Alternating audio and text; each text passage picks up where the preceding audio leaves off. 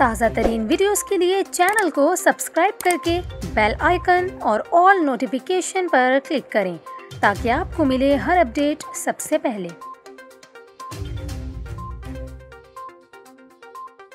और यहाँ पर आपको तशवीशनाक खबर दें बलूचिस्तान से, जहाँ ज़िला कल्लात में ओमिक्रॉन के 30 मुश्तबा मरीज सामने आने का इंकशाफ हुआ है।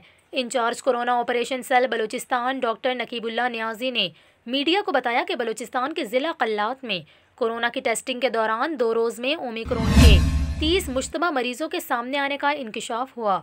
उन्होंने कहा कि कल्लात से सामने आने वाले ओमिक्रॉन के मुश्तबा मरीज़ों के नमूने तस्दीक के लिए NIHD इस्लामाबाद भिजवाए जा रहे हैं।